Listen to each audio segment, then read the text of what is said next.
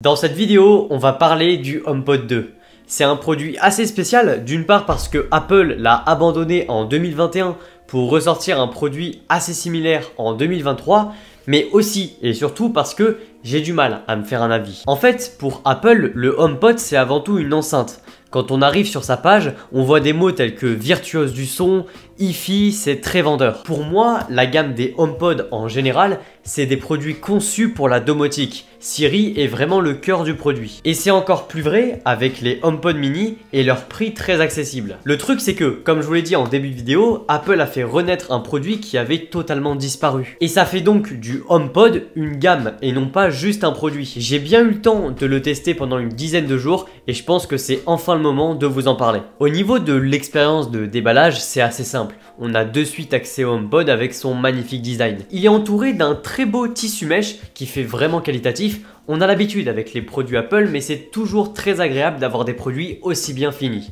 peu importe le prix. D'ailleurs, l'alimentation est enfin détachable, et c'est un câble classique en plus, donc c'est vraiment très pratique. Bon, une fois branché, j'ai écouté tout type de musique, du rap, de la pop, de la musique classique, peu importe, j'ai vraiment essayé tout style de musique pour voir comment le HomePod allait s'adapter dans mes habitudes. Il faut savoir que les technologies du HomePod sont bien différentes de celles présentes sur le HomePod mini. Ici, on a plusieurs micros capables d'analyser la pièce dans laquelle il est pour pouvoir adapter sa restitution sonore pour vous proposer théoriquement le meilleur son quoi qu'il arrive. Le truc, c'est que ce qui m'a tout de suite dérangé, et encore plus avec ce que j'avais lu, c'est le rendu des voix. On est vraiment loin de ce que j'imaginais et ce que j'ai l'habitude d'entendre en termes de signature sonore.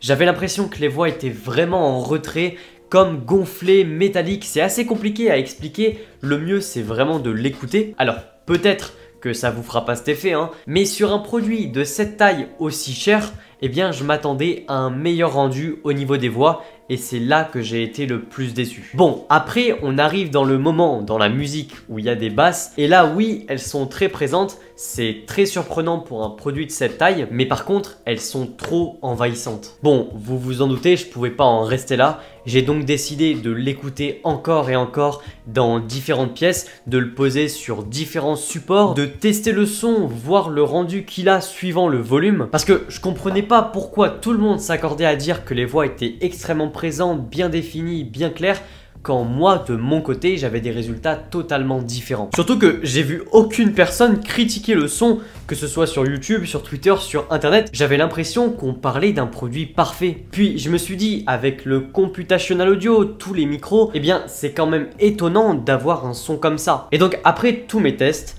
j'ai eu des résultats vraiment disparates. Soit on avait trop de basses, soit pas assez, soit les voix étaient présentes mais trop présentes, soit vraiment en retrait. Enfin bref, j'ai du mal à avoir un son que j'apprécie. Et je peux vous dire, mais ça on s'en doutait, qu'au niveau de la pop, du rap, des chansons un petit peu moins détaillées qui demandent un peu plus de basse, oui c'est quand même plus agréable que les autres musiques sur ce HomePod.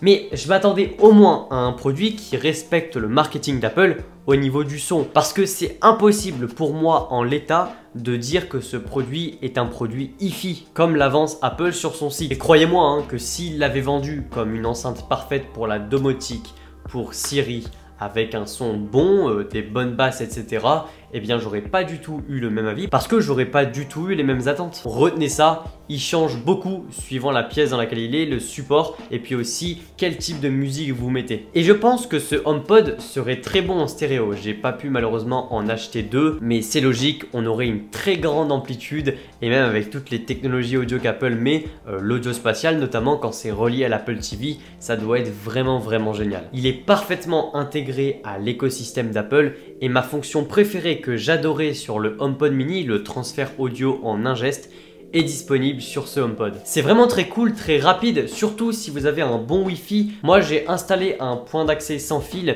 pour avoir une meilleure connexion simplement et ça a doublé la rapidité de cette technologie. Sinon, rien à voir, mais je me sers pas trop de l'écran tactile au-dessus. Je préfère 10 fois utiliser mon iPhone pour changer le volume ou alors simplement demander à Siri. Siri, c'est le point fort de ce produit. Alors oui, il manque de culture, il fait des réponses vraiment froides.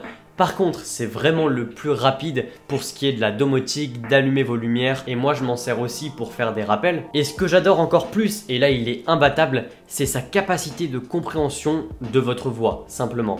J'ai l'habitude de parler extrêmement vite, de vraiment pas articuler. Et je sais très bien que ceux qui regardent la vidéo et qui ont l'habitude de parler vite vont se reconnaître dans ce que je dis là. Le fait de ne pas avoir besoin de répéter notre phrase, de pas articuler, de parler vraiment comme si vous parliez à une personne, eh bien c'est vraiment un point fort. Et rien que pour Siri, eh bien pour moi, le HomePod mini par exemple vaut le coup. Et c'est justement ça mon conseil.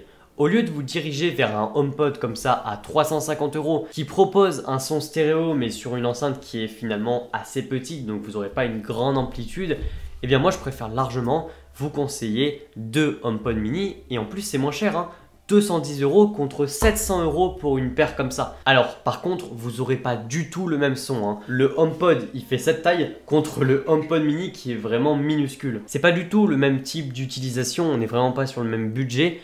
Mais je pense que pour la plupart d'entre vous, je préfère vous conseiller 2 HomePod mini que un gros HomePod ou encore moins 2 gros HomePod. Après, si vous n'avez pas de trop grosses attentes au niveau du son, que vous êtes vraiment dans l'écosystème Apple, évidemment qui peut vous plaire. Si cette vidéo justement vous a plu, vous pouvez me le dire en commentaire, la liker, la partager, vous abonner. Et moi je vous dis à la prochaine pour une nouvelle vidéo. Allez, salut!